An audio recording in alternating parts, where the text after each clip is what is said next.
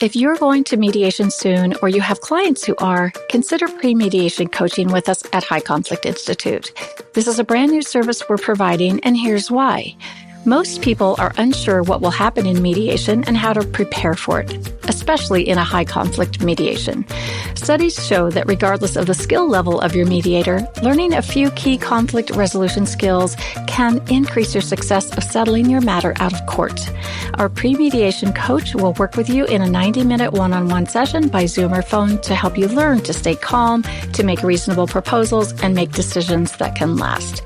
A small investment with significant positive outcomes.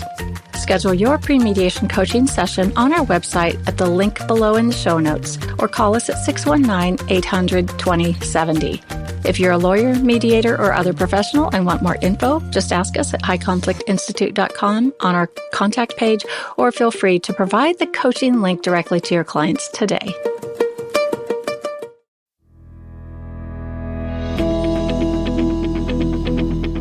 Welcome to It's All Your Fault on True Story FM, the one and only podcast dedicated to helping you identify and deal with the most challenging human interactions, those with someone who may have a high conflict personality. I'm Megan Hunter, and I'm here with my co-host, Bill Eddy. Hi, everybody. We're the co-founders of the High Conflict Institute in San Diego, California, where we focus on training, consulting, and educational programs and methods, all to do with high conflict. In this episode, we're going to talk about a strategy that some use in high conflict situations that may seem natural, but the question is, will it help or will it harm? The strategy we're talking about is the strategy of exposing bad behavior of a high conflict person. Many think this is a way to make progress, so we're going to discuss that and see if that's valid or not. First, a couple of notes. If you have a question about a high conflict situation, please send it to podcast@highconflictinstitute.com or on our website at highconflictinstitute.com/podcast, where you'll also find all the show notes and links. Please give us a rate or review and tell your friends, colleagues, or family about us, especially if they're dealing with a high conflict situation. We are always grateful to you, our listeners.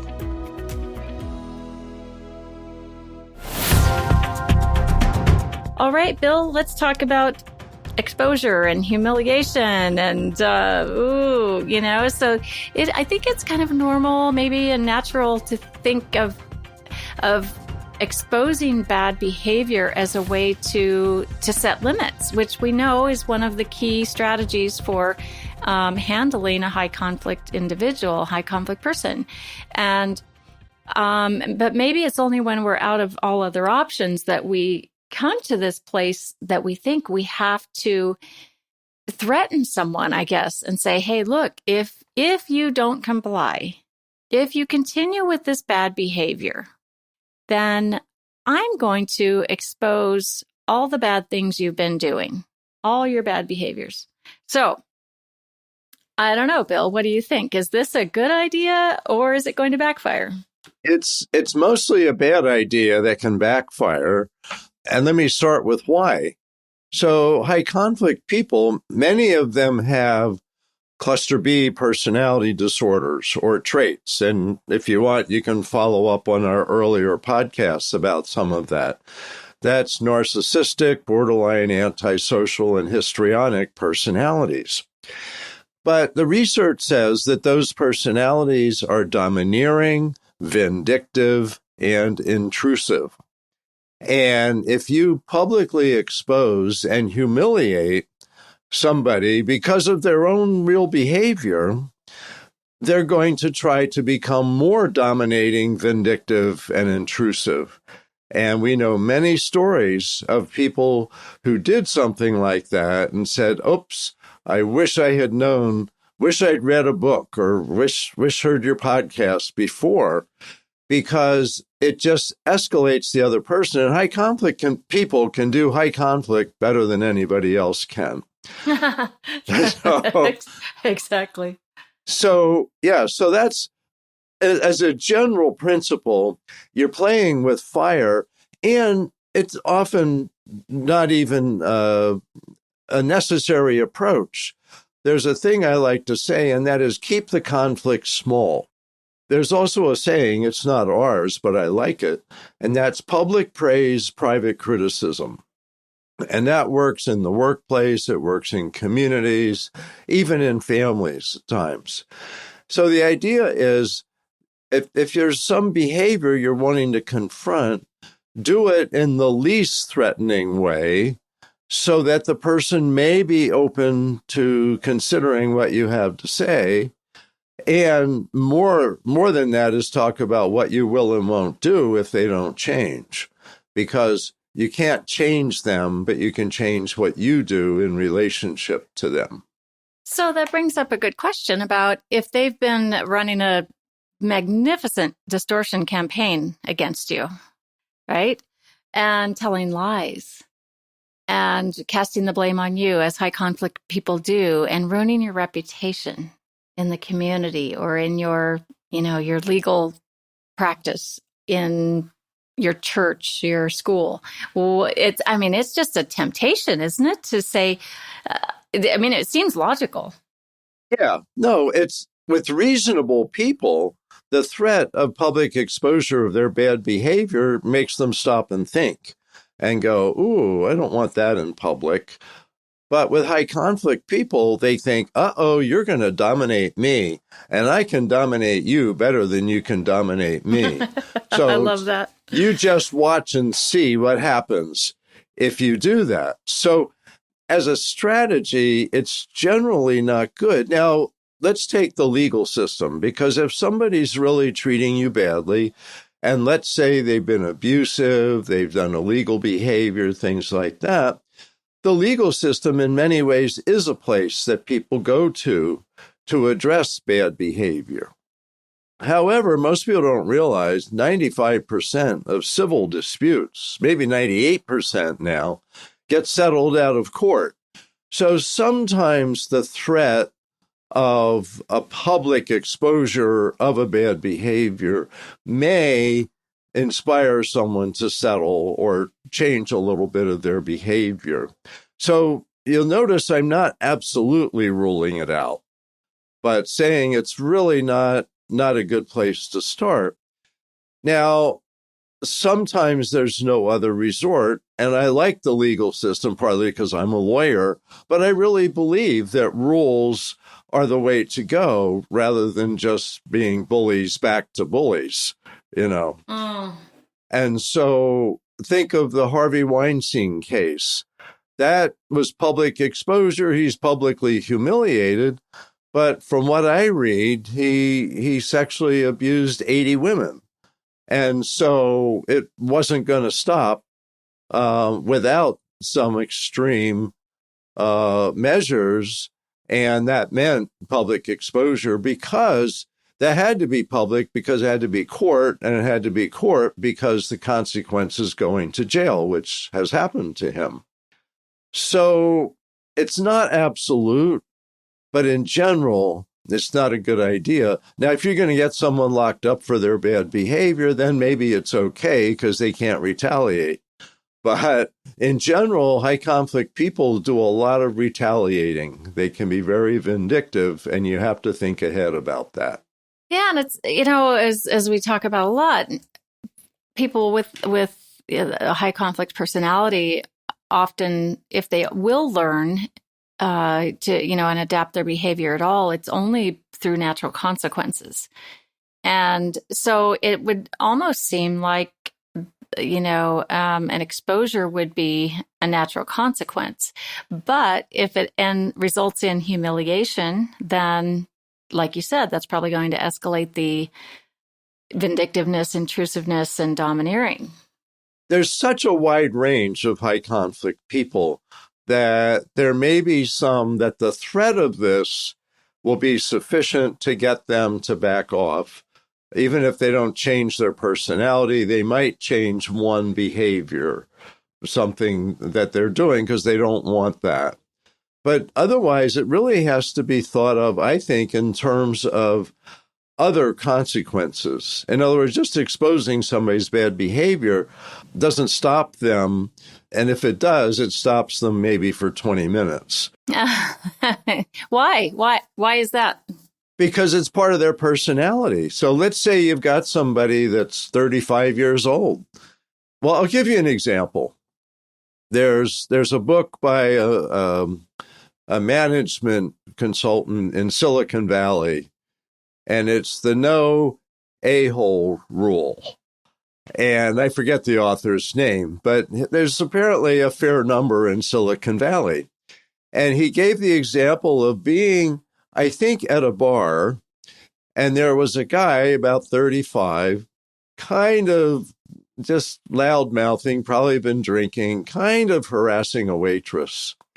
And so the management consultant, I think he was observing, or maybe he said this. Someone said to the guy, "You're being the jerk that you're complaining about everybody else being, and you really look like an idiot." And like 20 people laughed. And the guy slunk out of the bar, he said. Well, and he felt proud of that. My thought was, yeah, and then what did the guy do that slunk out of the bar? What did he do to retaliate for that? And did he change his behavior? Did he learn a lesson? Or is he just into his vindictive mind right now? So this is why, for example, in the workplace, we want to confront people with possible consequences like loss of job and have them get coaching. Because someone doesn't just change their personality because you threaten to fire them. You've got to teach them how to manage their personality better. We find maybe half of the people that we put through workplace coaching change their behavior enough that they can keep their job and not be as difficult. And the other half may need to be asked to leave, although the reality is they usually decide it's time to leave because they don't want to go through coaching. So there's other measures to take besides public humiliation, and that often doesn't really solve the problem. So if you're confronting a situation where someone is lying about you and inflicting a lot of reputational damage, what is a good strategy then to set a limit on that? Or do you just have to take it? No, I don't think you should take it. You should really think through what's the most effective strategy? What consequences do you have for the person? And it may be there's someone higher up in an organization or somebody with authority in the family or in the community who can quietly go to this person and say, cut it out, or we're going to do this, this, and this. Because when you publicly humiliate someone, they're not going to change. They become so defensive, they're resistant to change. That's for high conflict people, because they're already resistant to change. But if you do something privately, and they realize you're not publicly exposing them, or at least at this point, then it may be leverage to get them to work on behavior change. I mean, I think of healthcare. In our workplace training, I do this little video of a hospital administrator confronting a surgeon who's caused several nurses to quit because of how he treats them. And they're basically saying, you've got to get coaching, and we need to see behavior change and nurses not quitting anymore who work with you, or you're going to go in front of the board, and the board may decide that you need to be let go from the hospital. And so it's like, here's a chance to change. And going to the board, that's not the public, but that's kind of a professional exposure, is something that he really wouldn't want to do. So he decides to get the coaching. So healthcare is a place where they're trying to quietly get bad behavior coached, especially by people they really want to keep. Surgeons have special skills that, people have invested hundreds of thousands of dollars in training, and they bring in millions of dollars of business. And they're not growing on trees either. Exactly. The supply is limited.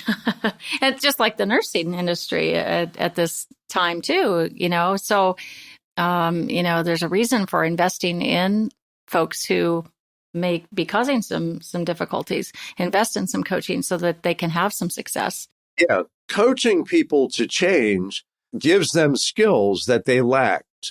You publicly humiliate somebody, you haven't given them any skills, and you've motivated them to be vindictive and come back at you. Yeah. That's a general principle. There may be exceptions like Harvey Weinstein and court cases.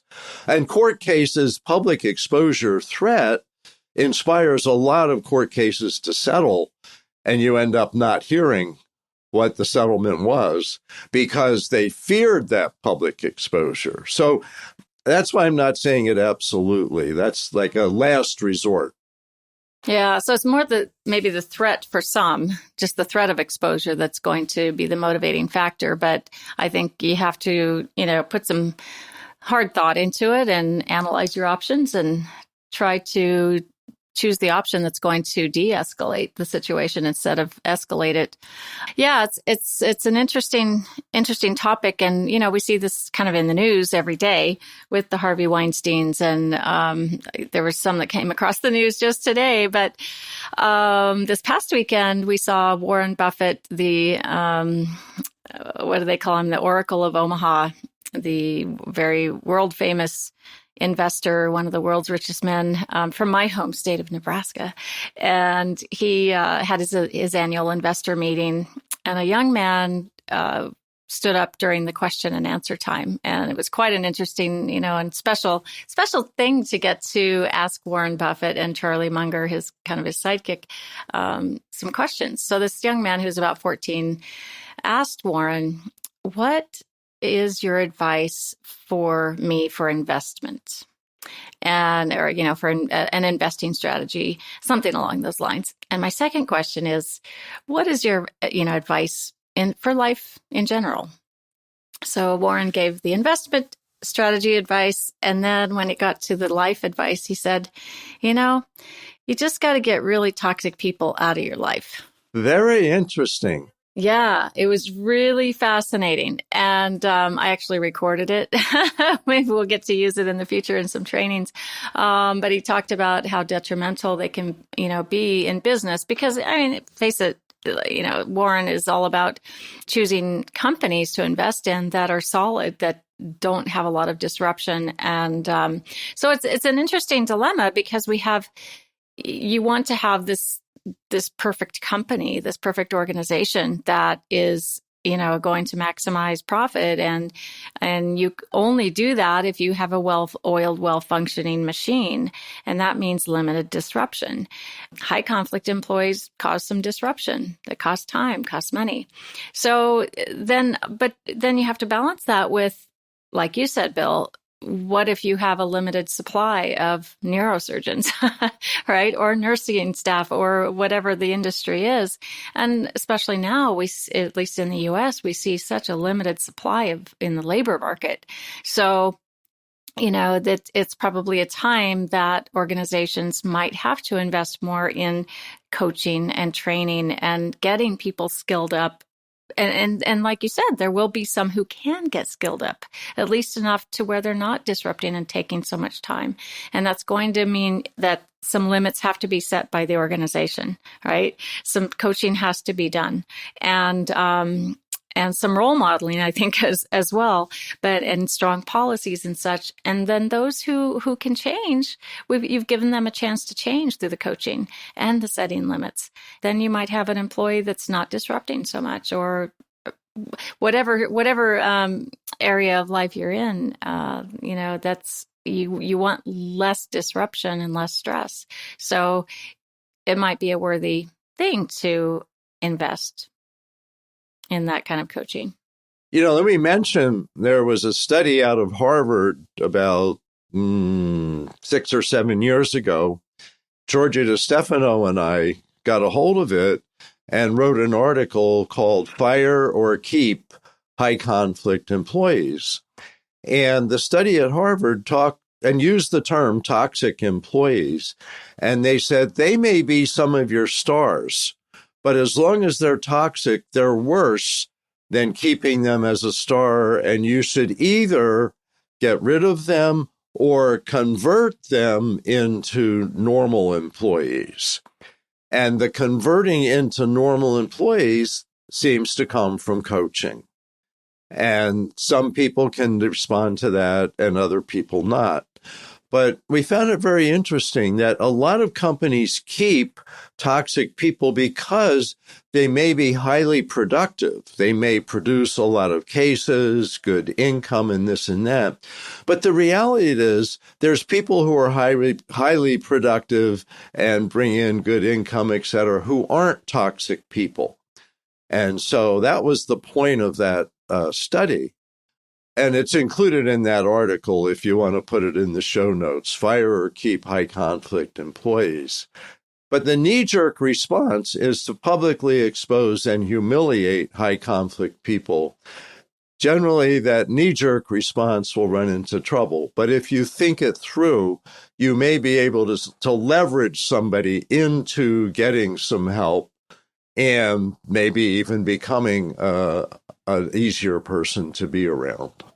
Thinking it through is really the key strategy in any high conflict situation, because we do have knee-jerk reactions. We have our defaults and we're human, and sometimes it just seems pretty necessary to take some extreme actions, I suppose. And but often you'll regret them later. So it's worth the time to invest in thinking things through, analyzing your options, eliminating any options that are going to be seen as or come across as high conflict and actually escalate the conflict. And so you can use our little dilemmas and decisions model of analyzing your own options. And it really slows you down, makes you think, and just gets you to a best decision. So I need to remember to use that in situations as we all do. And because high conflict is not ordinary, and it's not, after you deal with it for quite some time, I think you do develop muscle memory. And it gets to be more natural as a part of your life to deal with things correctly. But you'll still be faced with dilemmas that you don't know what to do with. Especially in personal life, it can be pretty challenging because you're a lot more likely to be emotionally hooked. When you think about alcoholism and addiction, that the process of an intervention by people close to the person, getting them into treatment, and getting them into recovery has really developed over the last 30 years or so. And I hope someday that we can see a comparable thing for people with personality disorders, for people with high conflict personalities. If you have a small group that says, we care about you, we want you to succeed, and you need to get some help, that people may find in families, in communities, as well as the workplace, that hopefully our society will get better and better at that, and that'll get easier and also be done early in the process before people's lives are ruined. Yeah, and I think, Bill, that's what we're hearing from so many of our clients and people organizations who contact us, is they want to they've tried everything else, and it doesn't work when we blame and we shame and we just throw up our hands or we get frustrated and we just don't know what to do. But if we can approach people saying, all right, everybody's welcome here. You're gonna get a chance, and let's see how it goes, and let's get some coaching and see if we can skill up and really try to help people through our processes so they don't high conflict people typically run into brick walls at some point. They're not happy. Or, they feel a lot of, and they fail in our systems. And so I think that's a lot of why we get new clients, is because we strive to help those who work with high conflict people to understand what skills to use to help these folks get through our systems. They just ordinarily don't get through our systems very easily, or we get it wrong in our systems. So I think it's kind of a way to be more inclusive of people with personality disorders, people with high conflict personalities. And, as we like to think, Bill, Hopefully we'll make the world a better place. We'll change the culture of conflict.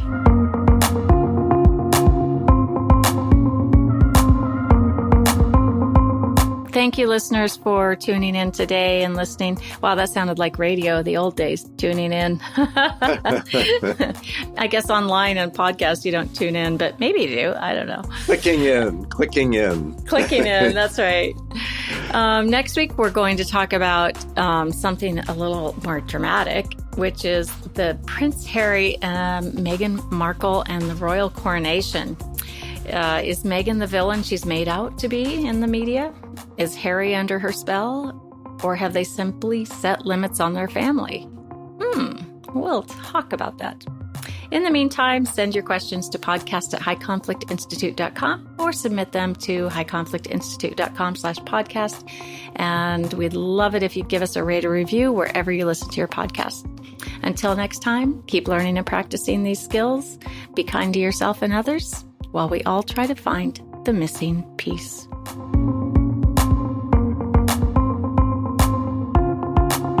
It's All Your Fault is a production of True Story FM. Engineering by Andy Nelson. Music by Wolf Samuels, John Coggins, and Ziv Moran.